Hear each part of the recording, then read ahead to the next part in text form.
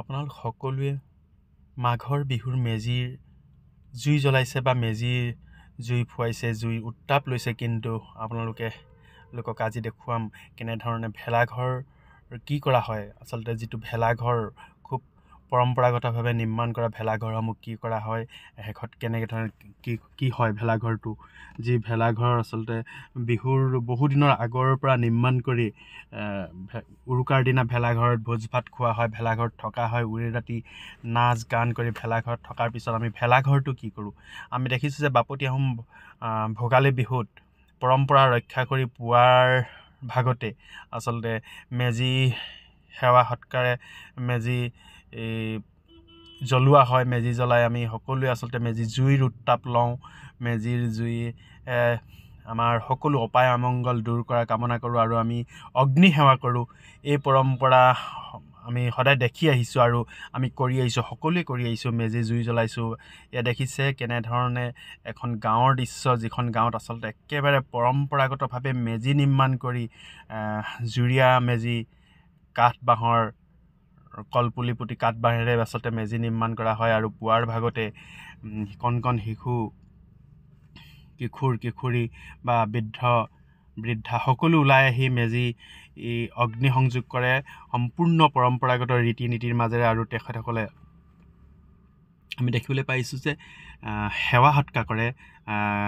মেজি সেৱা কৰি তেখেতসকলে মেজিলৈ বুলি কৱাই, যিটো আমি কৰাই বা আচলতে ইয়াত মাটিমাহ, কৱাই আৰু গুৰ এনেকুৱা ধৰণৰ এক বিশেষ পৰম্পৰাগত প্ৰসাদ মেজিলে উৎসৰ্গা কৰা হয় আৰু সেই উৎসৰ্গা কৰাৰ পিছতে নিজেও খোৱা হয়।